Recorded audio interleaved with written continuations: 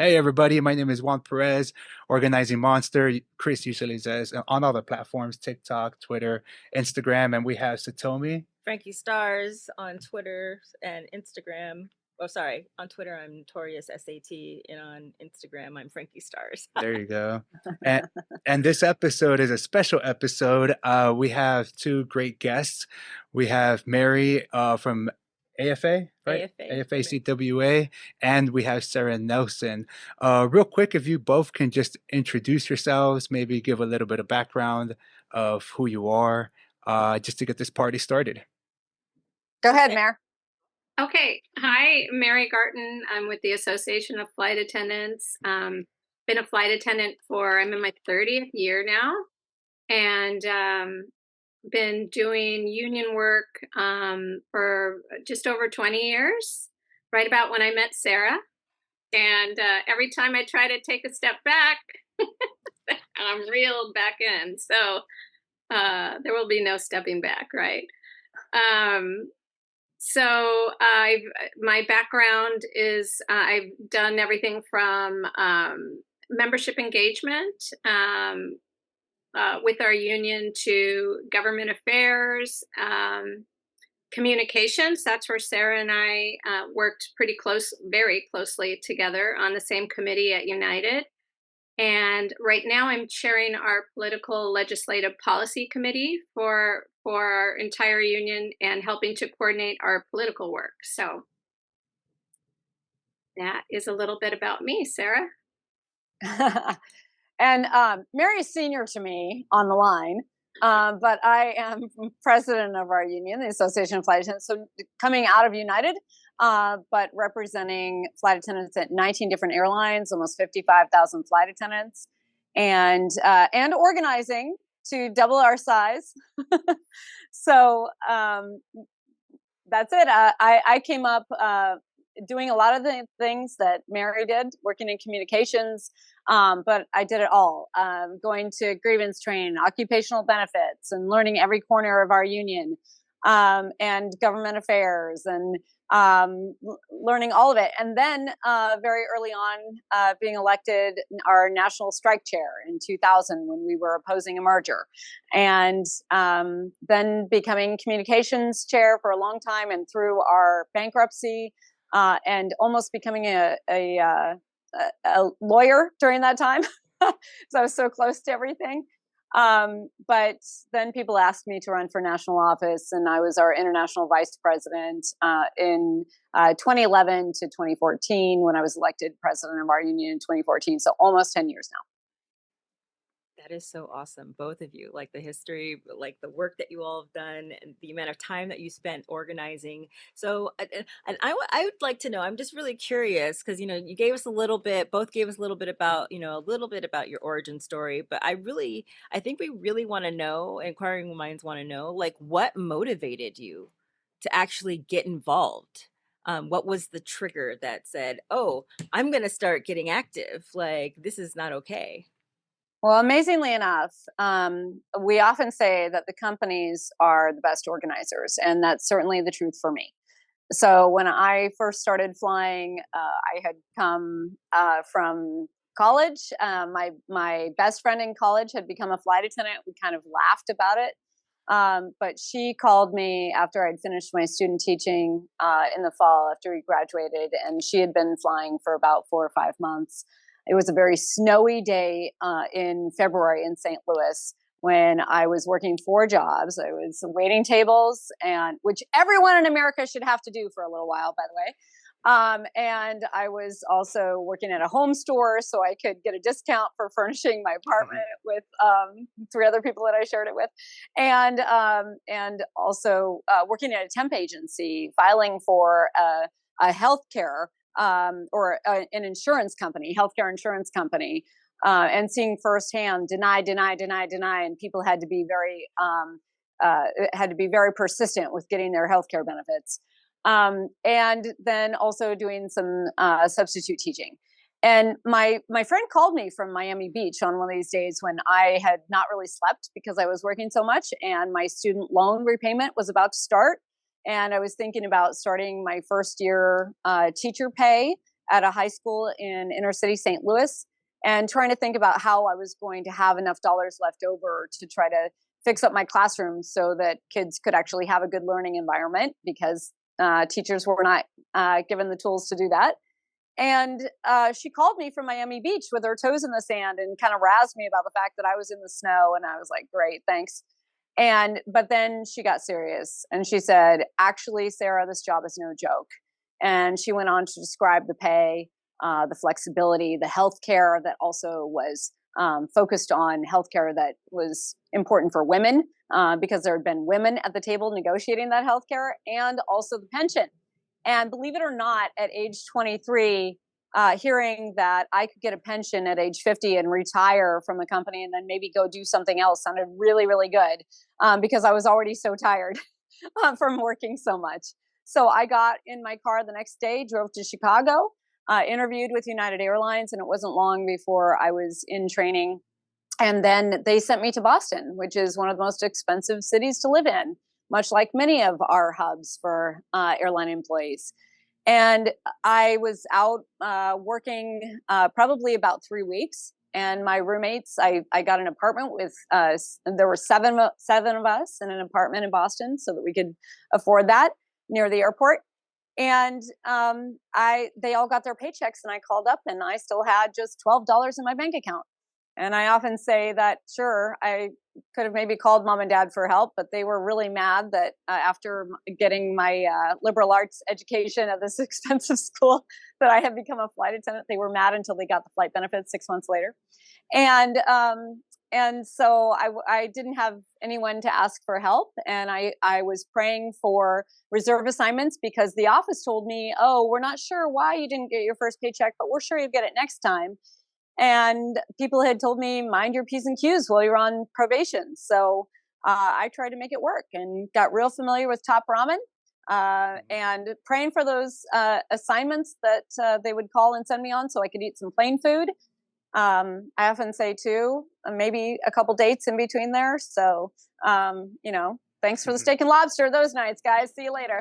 And then made it to the next payday. And the day before, and I often talk about this solidarity too, I was coming off of a reserve assignment back into Boston, and the hotel van drivers who would take the flight attendants to their layover hotel. I had worked with some flight attendants who were based outside of Boston. Then they would take them to the hotel and then drive the local flight attendants home. And that's working class solidarity at work too. But so this van driver drove me home, and I was the last stop. And it was customary to give him $1 when you're getting off the van for getting your bag. And I reached in my pocket, and I was literally down to $1, and I gave it to him. And I remember saying, "It's literally the last quarter I have. I'm so sorry." And he just looked at me like, "Sure, nice story." I was mortified, went into the apartment. Nobody else was home. There was no food in the cupboard. So while I was waiting for the paycheck to drop the next day, I used my T-Pass, my train pass, to get to the airport that was in my union contract. That's the only reason I had it. And I jump seated to Chicago and back so I could eat some more plain food. Back in Boston by around noon, checked my bank account, and it was a $0 balance. So I went down into the office, and now I'm feeling quite desperate, and rent is due the next day. And I know that my roommates are counting on me for my portion of the rent. And I said, I didn't get my first paycheck again. And the person behind the desk started to give some of the same answer. Well, you get your first paycheck different times for different. And I'm thinking, oh my God, you don't understand. You're not hearing me. And this isn't right. And suddenly I realized what it was to be a number in an HR file. And not matter. And I started to feel really pretty desperate, and the tears started to roll. And I think my voice got a little more high pitched and angry. And I remember feeling very angry. And I had this tap on the shoulder and turned around, and there's someone standing there who looks a lot like me. I'd never seen her before, but she was holding her checkbook, and she just asked me how to spell my name. She handed me a check for $800, and she said, number one, you take care of yourself, and number two, you call our union. I did call our union, and I had my paycheck the next day. But that's really what jump-started me on getting involved, because I realized that through our union, we could do something I could never do alone. And in our union, we could be organized about the care that we have for each other and get the most out of it. So the local also called me and asked me to get involved after that. I was so honored that they called me. I didn't know that people said no. And I said, okay, I'll get involved. And I signed up to do the new hire presentation so that this didn't happen to anybody else. And that led to the next thing and the next thing, getting on the communications committee, and then actually running for office and becoming a council rep. And right around that time, we negotiated our first contract in my career, and I thought the contract stunk. And I actually worked really hard for a no vote. And the contract just barely passed. I remember going to the union meeting right after that, and people are throwing down their union pins. They're angry because I actually am a pretty good organizer. We organized an 80% vote against, but Boston was a small base. And so people were mad, and I thought about giving up too. But then what flashed in front of my eyes was that flight attendant who wrote me that check. And I thought about all the other people that I had met on the jump seat and across the cart from me, up in the air, in those metal tubes where all we can count on is each other. And they were incredible people. And I thought, we can do more with this. And what I learned was that the women who formed our union had created an incredibly democratic union, where if you want to get involved, you can. And I happen to be the youngest serving international president of our union that has only ever been run by women. And so that was the jump start for me. But what supercharged it was being in that small base 5 years later and serving as national strike chair at the time. When on September 11th, my flight that I worked very often, Flight 175, United Airlines, it's the flight that you can imagine crashing into the South Tower of the World Trade Center, because American Airlines had crashed into the North Tower 17 minutes earlier. And so every camera is trained on that spot. And that was my friends on that flight. There was 2 Amy's and Michael, Robert, Catherine, Alicia, Al, and 2 passenger service agents, Marianne and Jesus. And while we were grieving and trying to pick up the pieces of our lives and then facing immediate furloughs of half of our base because we were pretty junior, after that, there were crisis capitalists who were planning to redefine our careers and break that contract that made me drive to Chicago overnight and get involved.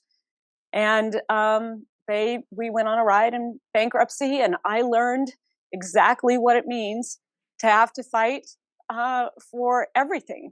Fight every single day and take them on every single day, even with all the odds against you. And it was really that time, fighting for extended unemployment benefits in Congress, fighting for mental health benefits for flight attendants and to be designated with PTSD so we could get that mental health coverage, and sitting in our crisis room and taking calls, suicide calls from people, and having a company tell us we had to dig in and get back on the job because the company was hemorrhaging money, and then redefining our careers in those bankruptcies. And it was in the middle of that I realized that this was my calling, and what I was going to do for the rest of my life, and how the deck was stacked against us in capitalism, and how we could only fight it by fighting together. Yeah, no, wow. Oh my great. God. I'm not following that. It's okay. I'll throw this in. I like your book that you have back there, Sarah. I have the know. shirt. Fight like hell, like you said, we got to keep fighting. So that's a really good book you have back there. We actually had Kim Kelly. Kim Kelly here in San Diego, Yeah. and she She's did amazing. a panel. We took a picture. And she'll be on the podcast eventually. But yeah, I ordered the shirt and it's so badass. But yeah, that story, it's like, wow, I think that's a good calling for to be involved. You're so determined, you're so in it, and you're still in it. I mean, I just got into labor 6 years ago, maybe at this time, and I'm learning as I go. I didn't have a story like that, but I think it's important for everybody to finally reach that point where you're like, okay, I've had enough of these corporations or whatever. It's time to band together with my coworkers and fight for something. You mentioned that the companies are the best organizers. Yeah, and I agree with that because I tell these guys, I'm like, if a company's taking care of you, if you're making decent money and they respect you, good paychecks and healthcare benefits, then it's really hard to organize them. I'm a union organizer here in San Diego with IATSE, Local 122, but if the company is always exploiting their workers and underpaying them and pizza parties and all that good stuff, it makes it a little bit easier to organize them. But can you elaborate a little bit more on that? And if you want to jump in there too, Mary, I think that's a really good thing that you just said. Companies are the best organizers. Well, I think I do want to let Mary be able to jump in here too, but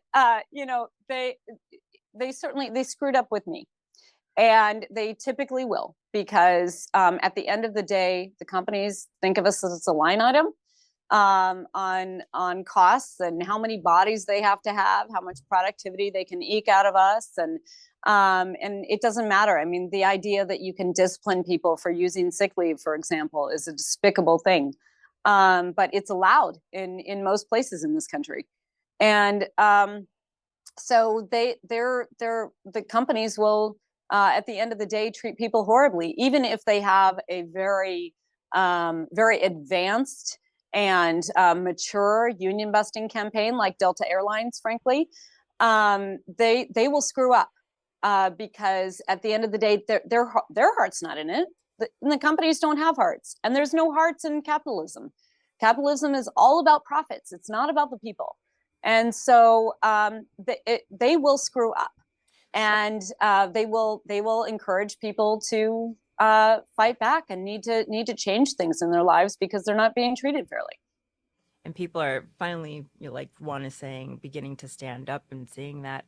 You actually predicted a revolution of a revolution of American labor, like what, in 2019 or 2020, a few years ago, and then over the past couple of years, we have seen the revitalization of the American labor movement. It's been a beautiful thing.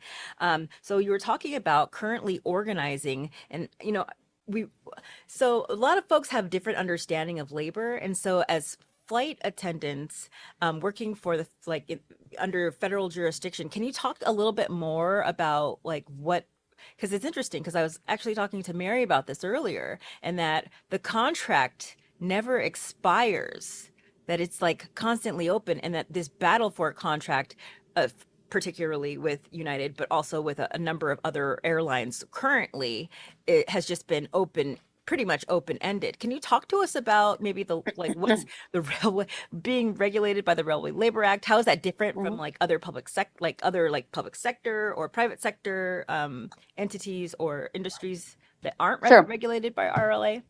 Yeah. The Railway Labor Act is the oldest labor law in the country, and it came on the heels of many railroad strikes.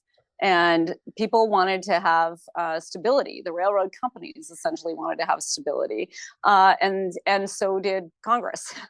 And so they put in place the Railway Labor Act, but it is mostly it is mostly about encouraging continued service. The airlines were added later when the act was amended in 1936.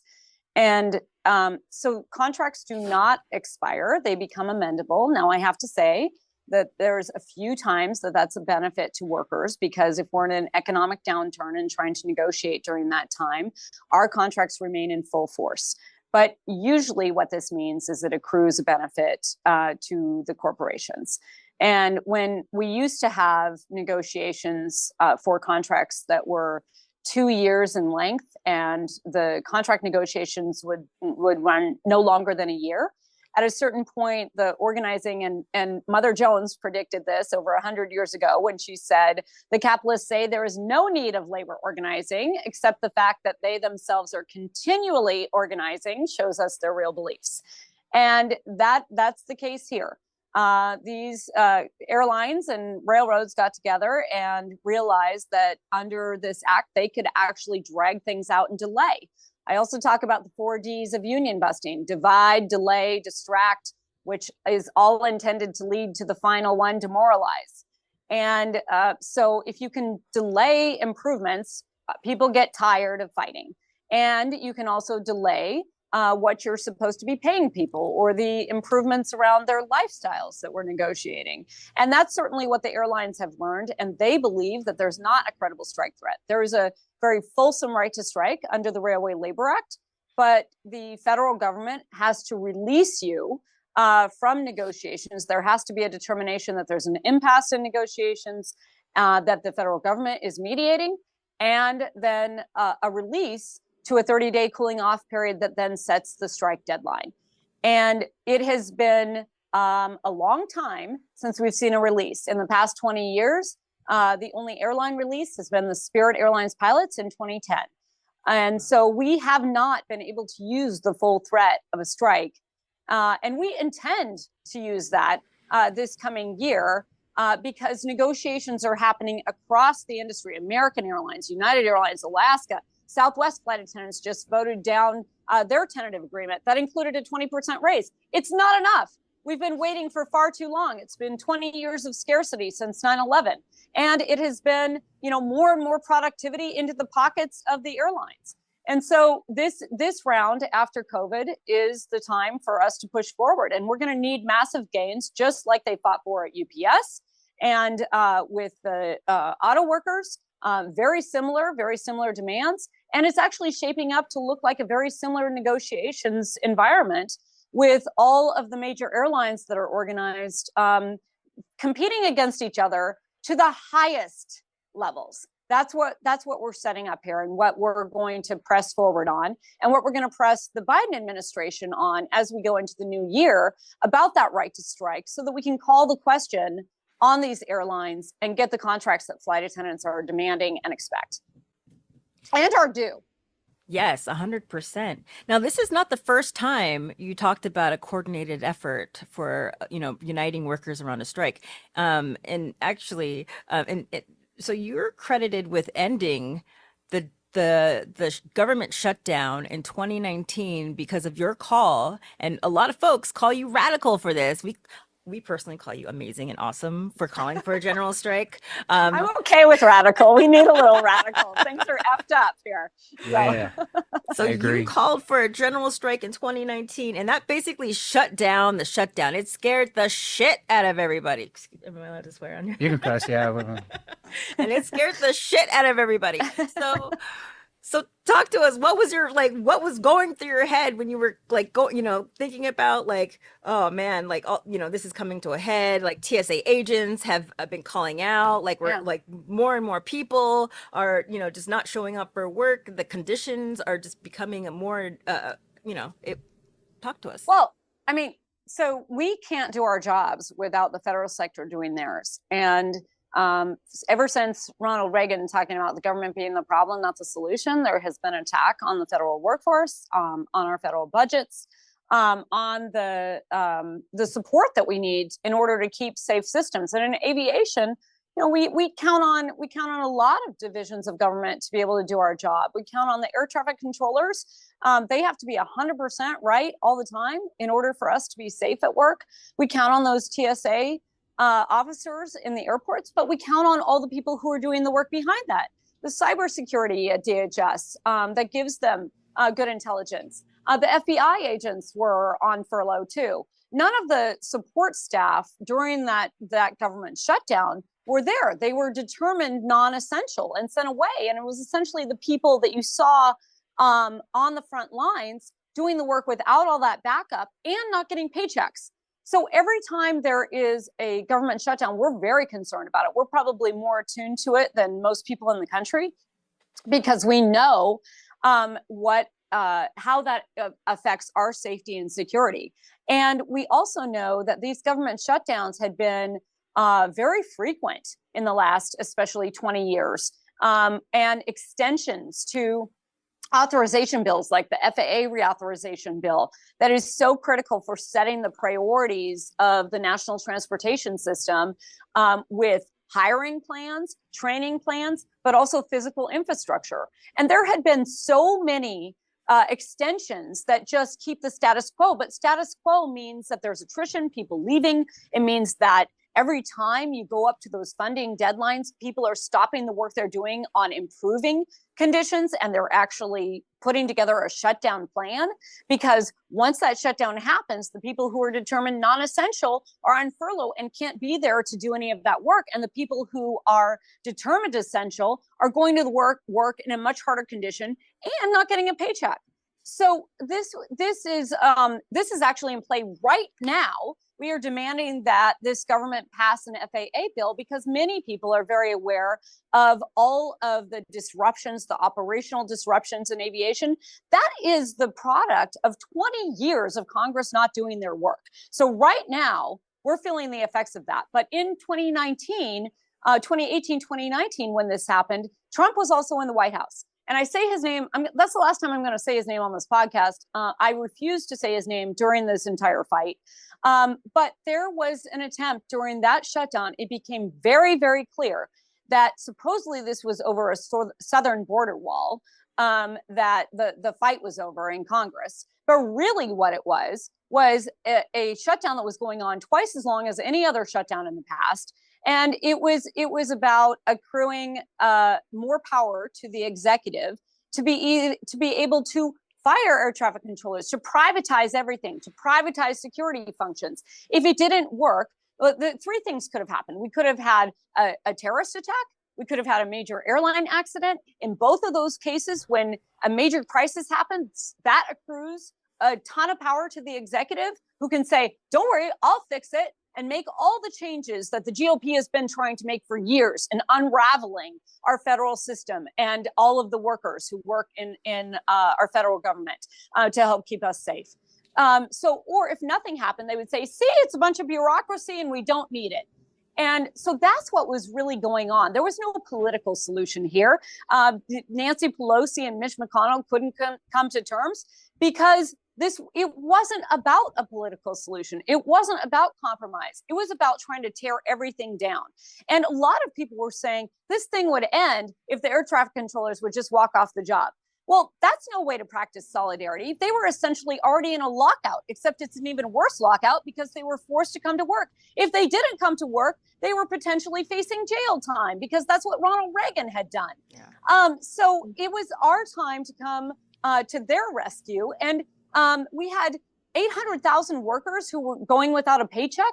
We had another 1 million contractors who do work for the federal government who had no expectations that they were going to be able to recover any of that, just summarily out of work for 35 days at this point.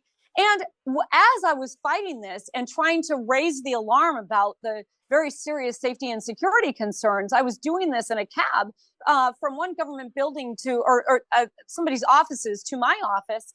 And the cab driver turned around when I went to hand him the cash, and he grabbed my hand and he had a tear come down his cheek and he said, "Thank you, you're fighting for me too." And that's just it. When people can't go to work, when they can't do their jobs, it doesn't just affect the people right there. It affects all the people who count on that work that happens all around them. All the restaurant workers in DC who were not able to make a living during that time because nobody was here going to those restaurants, it hurt the entire community. And that happened throughout the country. And so it was time for the labor movement to do something about it. Our union was getting prepared to strike because we were not going to go to work under unsafe conditions. And we were getting very close to determining that net had been stretched too far and we were going to have to strike. And I remember Bernie Sanders calling me and saying, "Sarah, but what about the pilots?" And I said, "Bernie, it's okay. Planes don't take off without pilots, but they don't take off without flight attendant staff in them either. We can do this on our own." And we could have, but I called upon the entire labor movement to say, this is the moment to say enough is enough. This affects all of us and we can stop it. Politics is not going to work it, but labor has all the power and we need to exercise it now. Go back to your locals and your internationals and talk about a general strike. And so setting that tone, when then there were air traffic controllers who physically couldn't do their jobs anymore, and just 10 of them signed in and said that they didn't feel that they could go to work and medically be able to do their jobs. Flights started to cancel in LaGuardia, and it was as if there were a few raindrops falling in a normal aviation day. But we had defined it as worker power. And the GOP came to the table in 2 hours and did a deal. After we put out a press release that said, "Mitch McConnell, can you hear us now?" And because we had defined this as a moment for worker power, they didn't want workers all over this country to get a taste of that power. They knew everything would change. And a deal was done in 2 hours. Wow. Interesting. Wait, so you and Bernie are like talking? To You have each have other's the numbers? real Or? Oh, background yeah. story. No, for sure. Wow. First name basis. Oh, that's awesome. Speaking of actions, and I was a delegate for him a couple times. Speaking of collective power, Mary, I want to bring you in here. I know you all are going to have actions across the states, right? At Right. the airports. Sure. Do you want to talk about that real quick? What are some of the challenges that our workers are facing in today's with you all and in the labor landscape? Like, why are you guys out doing all these actions at the airports? What are some of the challenges you guys face? Well, let's see. The United group and the Alaska group both have informational picketing coming up at system-wide, so all over the U.S. United on December 14th, tomorrow, and Alaska on the 19th. And we're both in deadlocked, unproductive contract negotiations that have gone on for years. We have both filed for mediation. I believe Alaska is waiting for a mediator to be assigned, but maybe that happened since Sarah would know better. They've got a mediator, Mary. They got a mediator, okay. Yeah. And United, last I heard, they were waiting to hear back. Also has a mediator. Okay, so look, we're moving fast. So we're both fed up. We're both working under these contracts that have become amendable without a raise in years or any sort of improvement in our work rules and our retirement security, in our health care. And we carried them through COVID. We continued to show up to work and keep those flights moving and put ourselves and our families in danger, going out there and being exposed to COVID on a daily basis. And it's time to settle these contracts and pay up, essentially. Right. So. A quick follow-up to that, the Railway Labor Act, to tie this in. So last year, the railway workers were about to go on strike, and then the Congress stepped in and kind of mediated the situation, right? So I went to Labor Notes early this year here in LA, and there was a cool panel. Amazon was there, UPS was there, representatives and staff, and somebody from the railway unions was there. And then like before this meeting, I was like, fuck Biden. He stepped in and crushed the strike. I'm so like over him kind of deal. And then he presented. I forgot what his name was. I got his contact info. But he talked about what was happening with the railway workers. He's like, forget Biden. Don't even worry about Congress right now. Don't even worry about Biden. This is what happened with the railway workers. And he broke it down. There's 12 unions in the railway system and this and that. There needs to be solidarity between these unions. None of them have solidarity at this point. So for them to go on strike, there needs to be solidarity across the board. Otherwise, these guys already settled their deal, but these guys are not about to settle the deal. So that's what happened, right? Like they just settled the deal at the end of the day. There was no strike. Are we in the same position with you all? Because you all fall under the Railway Labor Act. Like, is your strike credible at this point, or is the same situation going to happen like last year with the railway workers? There's a lot of nuances between the airlines and the railroad workers. And actually, one of those nuances is that very typically, because of the way that the negotiations have been set up under rail, it'll often go to a presidential emergency board, which is an arbitrator will hear both groups' arguments and then present a proposed contract for people to vote on. And you're right, some of the unions had ratified that already, some had not, so we was split. In our case, it's a little different. So PEBs, they call them, are extremely irregular with the airlines. And we negotiate national contracts because we're under the federal law, and it's by craft. So we don't have national negotiations that are with other crafts in those negotiations. It's by the specific carrier, the airline, and the craft. We are setting this up to have a credible strike threat. The American Airlines flight attendants have already taken their strike vote. Flight attendants turned out a 99.5% strike vote. The Delta pilots last year voted 99%. So I just want to say the flight attendants did a little bit better than the pilots. But that vote at Delta with the pilots is what led to a deal there.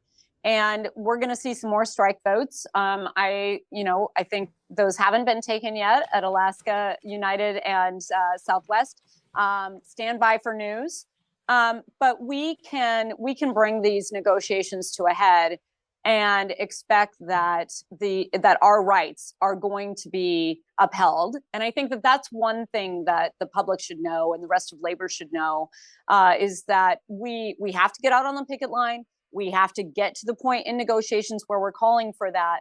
But when it's time for us to say that we should be able to exercise our right to strike, we need everybody saying, hell yes, and that being public opinion, because what that's going to do is to bring these negotiations to a head and actually get deals. I don't believe any one of these airlines are willing to take on a strike right now. I don't think that this management has the stomach for it. In the past, we have had management that actually wanted workers to go on strike so that they could permanently replace them. That's not the kind of conditions we're in, and that's not the kind of people in charge of the airlines right now. I'm not going to give them a lot of credit, but at least I know that they want to run airlines. And in the past, we've had people who would be willing to sell us for parts. So we're going to hold their feet to the fire and demand what we're expecting. And I expect that those strike threats are going to come to a head very early in the new year. Everybody watch for that. And I can announce right now that all flight attendants across the industry are going to be picketing on February 13th. So any airport near you, you should be able to come out and protest with us, and things should be really hot at that point. So come on out and take part. You heard that first, UnionOrBust podcast. It's breaking news. Yes, breaking news on UnionOrBust. Yes. There you go. So speaking of solidarity and being able to show support, so we crowdsourced some questions, and we had a question from Evangelina Hernandez. She used to work at the Labor Council. She currently works for the AFL-CIO, but she wanted to know what specifically can folks do to help support the Delta organizing drive? Because we definitely want to encourage more folks to get into unions. And so any support we can offer these workers, especially during this critical time, especially because it can be very scary if you have a boss fight happening, right? If the boss is waging a war on the workers by having, captive audience meetings or doing all kinds of things that bad employers like to do, right? Yeah. So what can we do, John Q. Public, Jane Q. Public, non-denominational or non-binary public folks do to support? So there's three things that you can do. And the first is simply lift up our communications about Delta, or I'm going to also say SkyWest. It's the largest regional carrier. We have a great campaign going on there too. And SkyWest does flying for United, American, Alaska, and Delta. And then the Delta campaign, you can find more at deltaafa.org. Sign up to be a public supporter. With that, we will also ask you, do you fly Delta? We'll send you a flyers kit that comes with these buttons, stickers, and also business cards where you can write your name on it saying that you are a proud union member or a proud union supporter with a QR code that then if the flight attendant doesn't know about the campaign or isn't hooked into the campaign, you can just tell them, use the QR code to get information and get an organizer to call you back. There's 28,000 Delta flight attendants, and we don't have contact information for over 10,000. 32% of that 28,000 have been hired since 2021. So Delta is definitely trying to pad the list here. They're also asking for people to take leaves. So there's not enough flying to go around. They're clearly doing this in response to our campaign. They clearly also try to keep the pay rates at the top or competitive with the rest of the industry. But in order to say that they're a good employer, everybody thinks it's a great place to work at Delta, but that's because it's only the company's voice that's ever out there. So you can sign up to be a supporter. We also would say that because we don't have contact information, whenever I go anywhere, I ask people to raise their hands if they know a Delta flight attendant. And I bet there's people listening right now who know a Delta flight attendant. Help us get in contact with them, and also share your story about why you're a union supporter. You're actually going to be the most successful in organizing them and getting them involved in the campaign. And then finally, if you are a young person wondering what to do with your life, why don't you go apply to be a flight attendant? You can apply and go work where there's a union contract, or you can get into the largest single unit private sector organizing drive in the country and make history this next year. So these are ways that you can support. And finally, you can find me at Flying with Sara on Twitter or Instagram or all the socials. And pinned at the top of my page is actually an action supporting the SkyWest flight attendants, because we've had a couple of union organizers who have been fired by the company, illegally fired. We've got a federal court case going on, but we don't have any ULPs. We don't have immediate recourse under the RLA. So we need to put public pressure there. So lift up what we're doing, give the campaign that visibility, spread the word that we want people flying Delta Airlines, getting your supporter packet, talking with the flight attendants in that space, because what Delta has tried to do is to say that saying the word union is bad and you're going to get fired if you even say the word union. So the more people that we have, customers on Delta Airlines, passengers saying the word union, the safer you're making it for Delta flight attendants to organize their union and join us. Right, right. I think that's awesome, getting everybody involved in your campaign. It's not just your fight, it's everybody's fight. Kind of like I don't know if you know who Union Drip is on Twitter. Oh yeah. I'm sure you, yeah, of course. When I saw him in LA at the convention, the Democratic convention in I already forgot when, May or March or something. Yeah. I was all like a high school kid, when I got his number, and I took a picture with him. Anyways, I had him on the podcast too, and we talked about campaigns, and he talked about how the way that they were doing it is they wanted to feel the UPS action, or the UPS campaign. They wanted to make the public feel like they're a part of the campaign. Yeah. Everybody should feel like when they're watching Twitter or YouTube videos or whatever, everybody's a part of all of these campaigns, because one fight is everybody's fight kind of deal.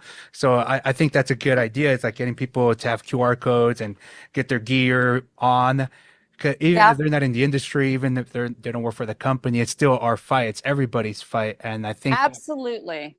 Absolutely. And let me just give you a couple more reasons to do this. This is very much like what UAW is doing now. Yeah. They're out there organizing the non-union car companies that are building cars here in the U.S.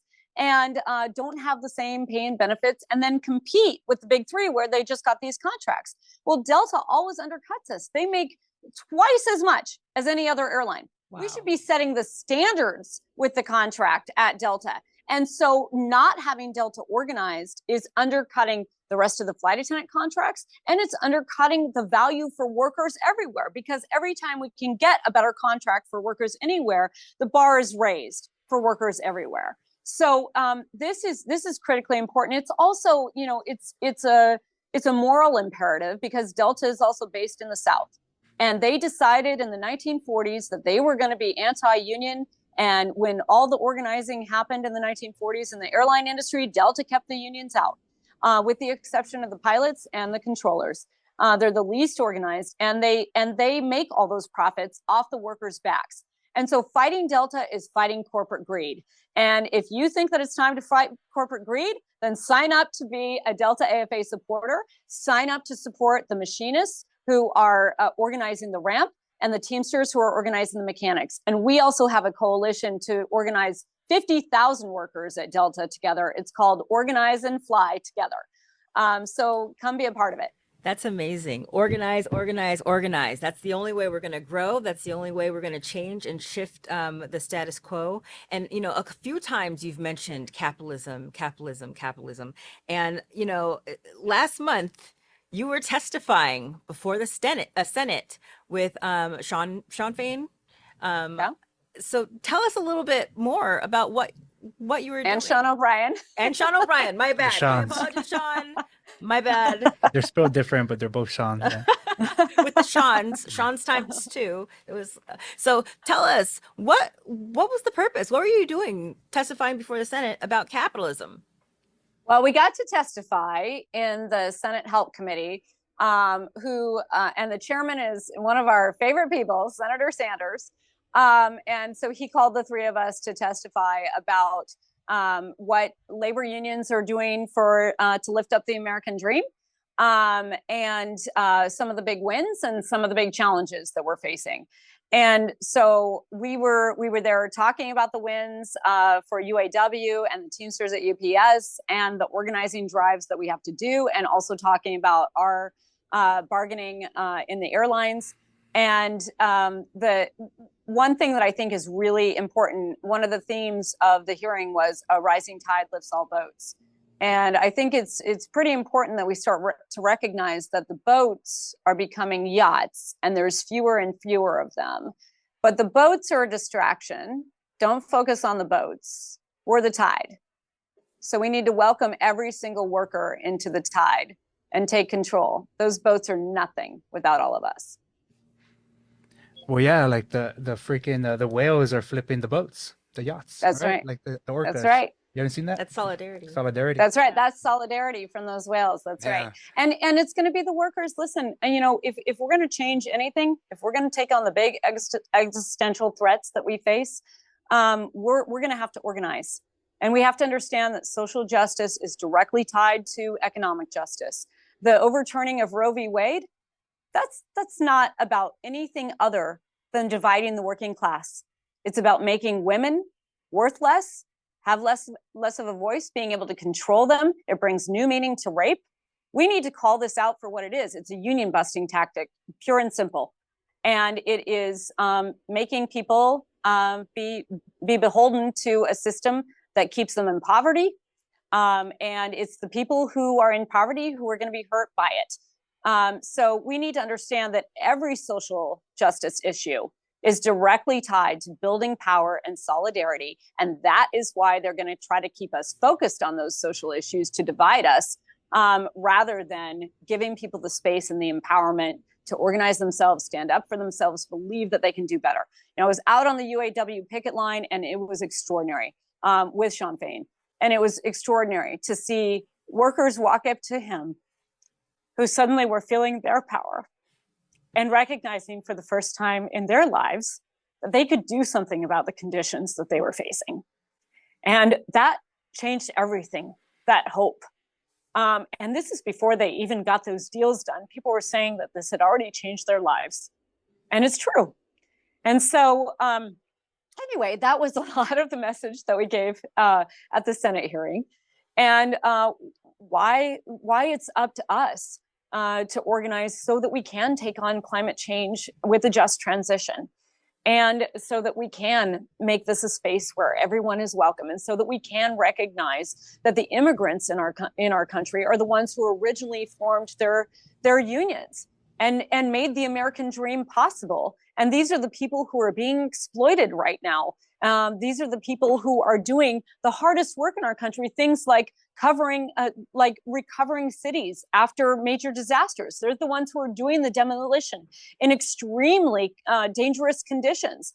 But if they didn't do it, those cities and those communities would lose billions more. So in some ways, it's the work that should be paid the most. And so we've got to come together and understand the old labor adage of an injury to one is an injury to all. Because if the boss can exploit any one of us, they're going to find I said they, but he's going to find a way to exploit all of us. Yeah. And so this is a time to recognize that we've got to make sure that everyone can find their power, everyone can find their hope. And it just takes a little fight to get that done. And I want to just point how amazing this is, because we are seeing the resurgence not only of the American labor movement, but a resurgence of the past practice of not just being focused on bread and butter issues, that we are labor is the vehicle, is a transformative vehicle to shift our entire society, and that social justice unionism is actually what's going to build our movement, grow our movement, and save our country, save our world. And along And that call line, for peace and yes, wars. yes, 100%, especially when they're, yes, 100%. So, speaking of this, calling for peace, calling for wars, solidarity, so last month, was it last month?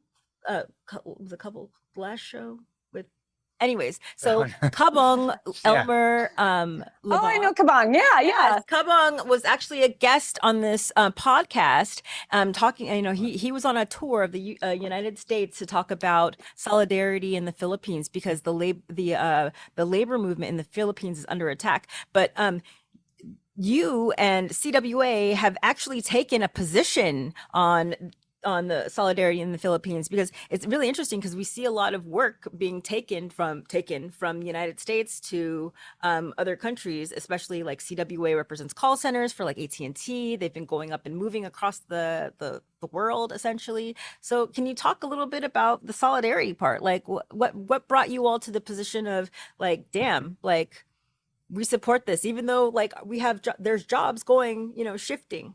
Tell us about that. Let's be really clear. There's a recognition that we have to fight for workers everywhere in the world. Multinational corporations are trying to take control and trying to exploit the lowest standards of labor laws in order to get the cheapest labor. And if they can do it through human trafficking and slavery, that's what they'll choose to. So we have to understand that all of these fights for humanity and for dignity around the world are what affect us right here in our home communities too. A very real example of this and of international solidarity happened during the Verizon strike a few years ago. And kudos to CWA. There were a lot of unions that didn't say the word strike for a long time. CWA has never stopped. And so in the middle of this strike, when they were fighting to keep jobs here in the US, there was a call center for Verizon in the Philippines. And what Verizon tried to do to break the strike was to shift a lot of that work over to the Philippines. And those call center workers in the Philippines said, no, we're not going to be scabs.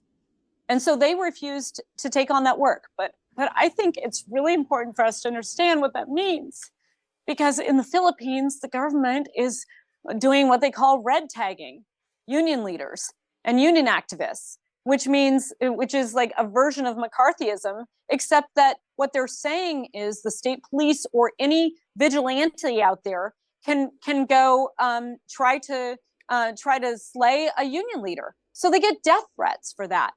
But they stood up and said they weren't going to take that work. And it was a key moment in winning that strike here in the United States and bringing call center jobs back here too in that contract. So they were willing to put everything on the line, their lives on the line, in order to stand in solidarity with us. And if we didn't understand this just based on the basic economics of how these jobs have been taken somewhere else, and the recognition that, for example, we have to lift up the labor movement in Mexico so that we can strengthen those labor provisions, so that it's not, our jobs are not undercut just with our southern siblings. We have to understand that we have to do that around the world. But here was an example right smack dab in our face, not even asking for this support. Those workers just understanding solidarity and understanding what it means to stand up for each other. And they are being hunted and killed. And we have to stand up for them. And so Kwong was talking about this with his union, with the public sector workers too. The workers in the Philippines who are trying to stand together are being hunted and killed. And the call is coming out from their own government. And so our government should be dealing with that and standing against that and taking a strong stand in every way that we can to call them out and to find refuge for those workers and safety in their country and where they work. Yeah, no, that was when he was talking about that, the basically red tagging and stuff, and then that came into mind, McCarthyism. And I tell people, I'm like, hey, take a chill pill, like stop calling people put. That's just my opinion, Putin puppet and all this stuff. Just because you're questioning something, authority or the media or something, it's good to question things. But Absolutely. because if they're first they're coming for these type of people, and eventually they're going to come for labor people, organizers. That's what they did Yeah. in the past. That's what they'll do now. But I wanted to touch up on something that you brought up earlier when you said the UPS workers of shaking Sean's hand and he felt empowered just that moment alone before the contract was even won. I remember when I was helping to organize an AV company here in San Diego. It's called Encore. Actually, our tech guy here, Ed, if you want to just jump in the frame real quick, he was one of my I called them my general. They called them Theo. Like uncle, that's Ed right there, Theo. So in this art organizing campaign in the beginning parts of it, we were doing videos, we were doing all kinds of things to motivate the workers. One of the workers I remember told me like, "Hey man, I just want to thank you. Before this campaign, I felt alone in what I'm doing here, how I'm thinking, how the company treats us. I feel like it's just me feeling these thoughts. But now this campaign has brought all of us together and we're fighting for something. Now I feel like I have a family. So yeah, no, I think like empowering workers really gives that kind of family or collective mindset. But Mary, I want to bring you in and ask you this question because, like us, we're a little bit older now, and we need somebody to pick up the torch eventually. So, what advice would you give to young people who are interested in pursuing a career in labor advocacy or leadership? I think probably older than you. No, that's But what I'm saying. But boy, go for it. Get out there, start. Where I started, just walking into a union office, and I didn't know a lot about unions. I didn't grow up in a labor household. I grew up in a very progressive household, but just had moved to a new city and thought, I'm going to just go volunteer my time and see where they can use my skills. I didn't really even know what my skills were. And start at the bottom, get involved where you can, learn, see where your passion is. I think my passion really came to a head that the trip, Sarah, that we took to Washington when United was in the midst of attempting to terminate our pensions while we were in that long, really super long, drawn out bankruptcy, and the entire union leadership. And I was pretty new at that level at the time, still learning quite a bit. Descended upon Washington and surprised. Well, I'm not sure we surprised them, but we all ended up at Senator Obama at the time and Senator Durbin held a weekly coffee and donuts with their constituents. And then here's the whole, United AFA leadership pleading for help. And that trip, I think, was my first kind of, I was a political science major, but I didn't learn any of that in college. I learned all that, and I felt that sense of community and power that you feel in a group who shares these common values and does this work together. That's the trip that really sparked my interest. So get out there, see where your passion is, and just volunteer your time and figure out where you find the most joy.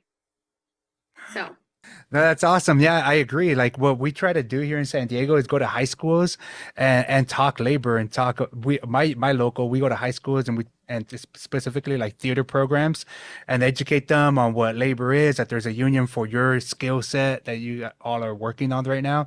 And because my girlfriend's a teacher here in San Diego, and then she tells me how like Walmart and Amazon, they're all investing on school boards. And there's a reason for that. It's not because they care about education. I guess they do care about education, but not in the sense that we think they should care. They care about education and school boards because that's the kind of stuff the books are going to be made out of, right? They have decision-making power, and they don't want to educate the kids on labor and organizing and all that good stuff. So that's what we do. We go to high schools and we try to educate these kids because that's the future. That's they're going to jump into these Walmart jobs, Amazon jobs, where or in orientation they get an anti-union video, propaganda video right off the bat. So Yes. I Juan, think, I got a couple specific things. So they can look up, you can Google Labor Spring 2024, get involved in more than 80 events at college campuses across the country this next year.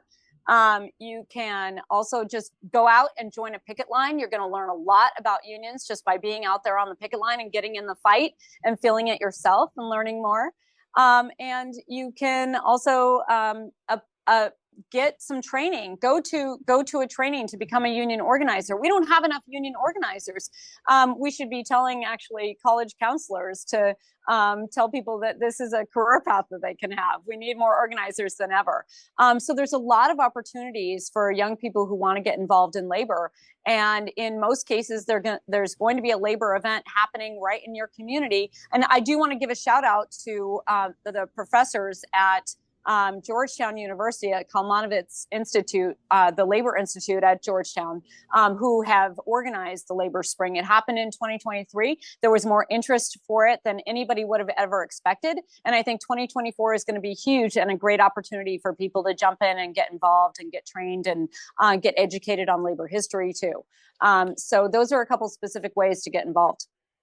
In California, we have something similar. We have a labor summer, but it's like an internship that Yeah. folks can join. And we place them at different unions. So we're always looking for fellows, like labor fellows from all students from all walks of life, but also different hosts. So, Mary, if we can get AFA to be a host and get you can have a labor fellow who will learn the ropes from you, but also help support the campaigns that you all are organizing locally. So just want to do a little plug.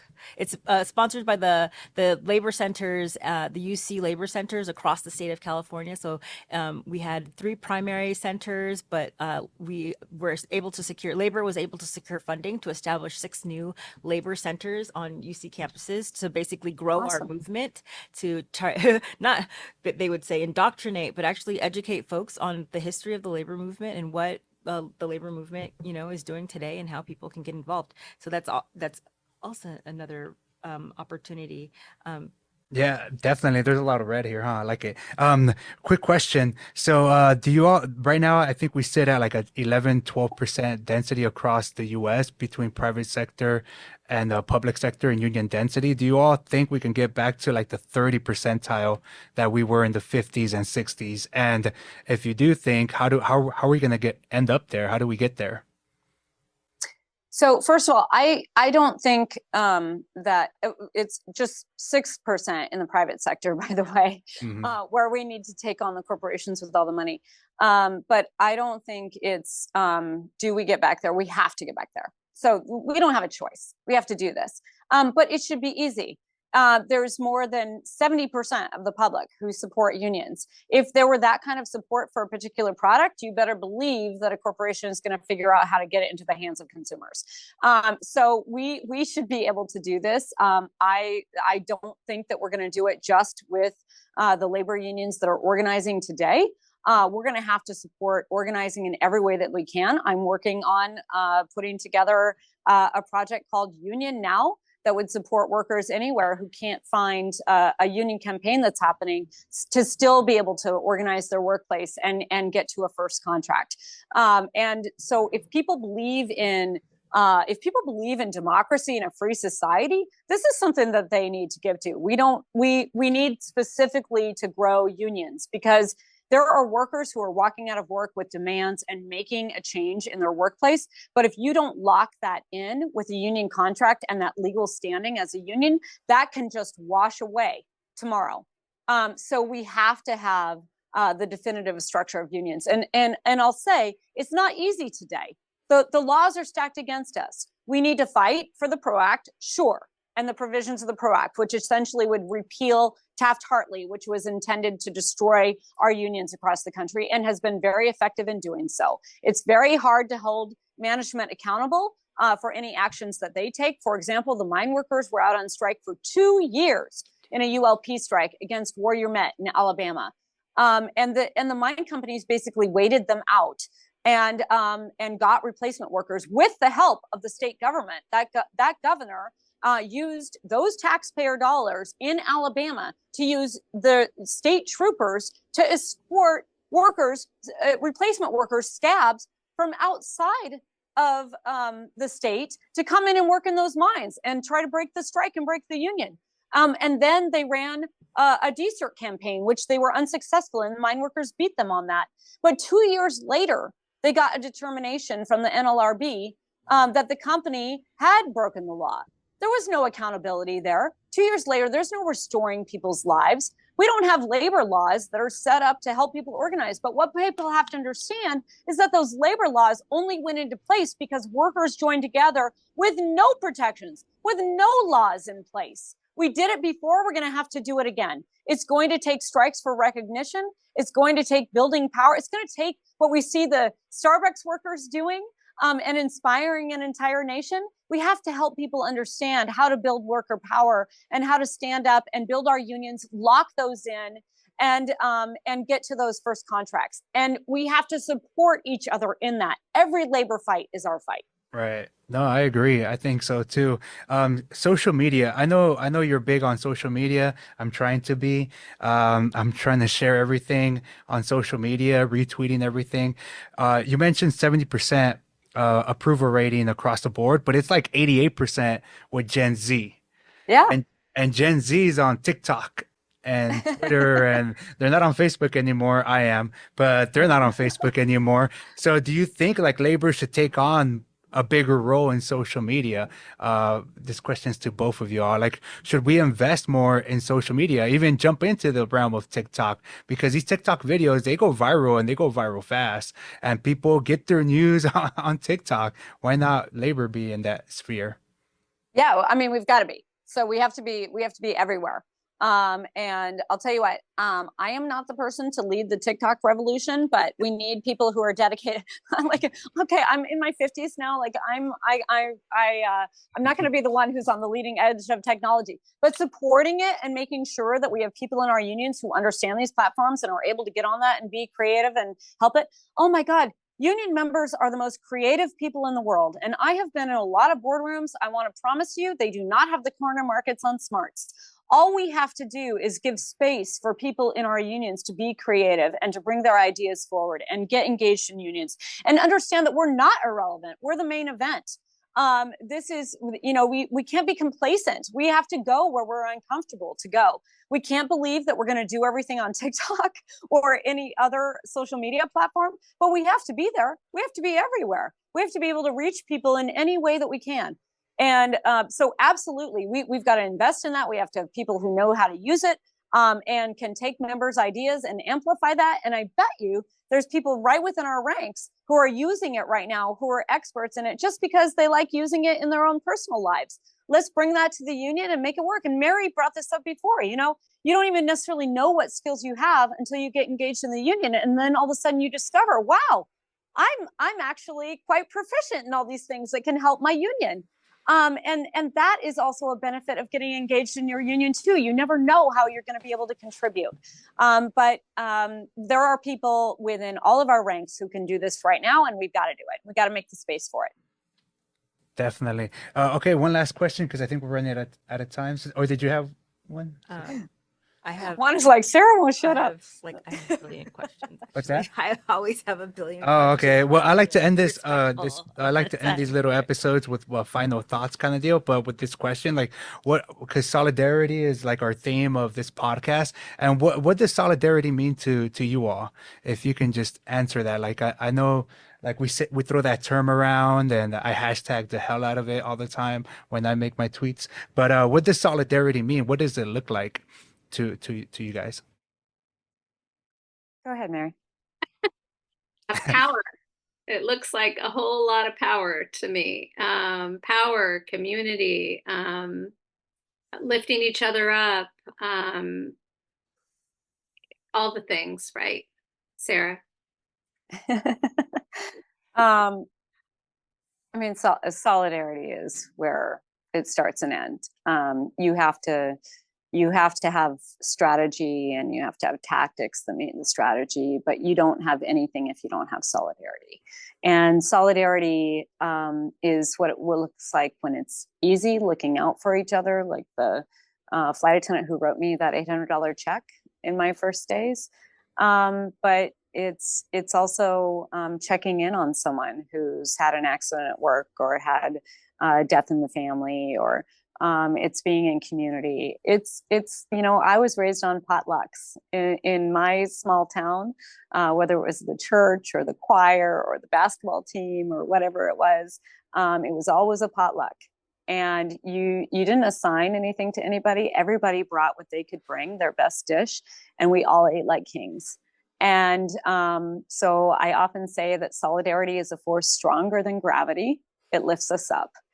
And we got to live that in our hearts. It's love. If you worship, and you know that the teachings of almost any religion is based on love, that's what solidarity is. And if you just simply believe that your religion is lifting up each other and humanity, that's what solidarity is. And it has to live in our hearts and the way that we go through our daily lives and the way that we're willing to fight for each other. Mother Jones said, you will fight and lose, fight and win, but you must fight. And if you fight with solidarity, you're going to win. Even if you don't win that particular battle, you're going to be stronger for the next battle and you're going to win. Well, there you have it. Cool. New commercial. All right. Oh my goodness. You both have been amazing. Thank you so much for taking the time to speak with us and share your stories and share the work that you all are doing, and your vision for what a labor movement, what our labor movement should look like. It's this leadership gives me hope, especially when it's run by women. Just saying. Sorry. Let's be clear about that. Women, join unions, run unions. We need your creativity, your ingenuity, your leadership, your ability to make peace. And women are well trained for this moment. And we absolutely need women in leadership. There's no way forward without it. 100%. And we have some extraordinary women leaders here. Women in one. And women in one. And Theo. Yes. Oh, That's shit. a ticket sign I'll carry. Oh. Yeah. You hear that? You heard it Lead with first. that, Juan. You heard it first, Union or Bust. Cool. Well, there goes another episode of Union or Bust. Thank you all for watching, and we'll end it there. Ed? That's awesome. Oh my God, thank you. Yeah. It was just incredible. I feel like I'm gonna be on cloud 11,000 for a billion years.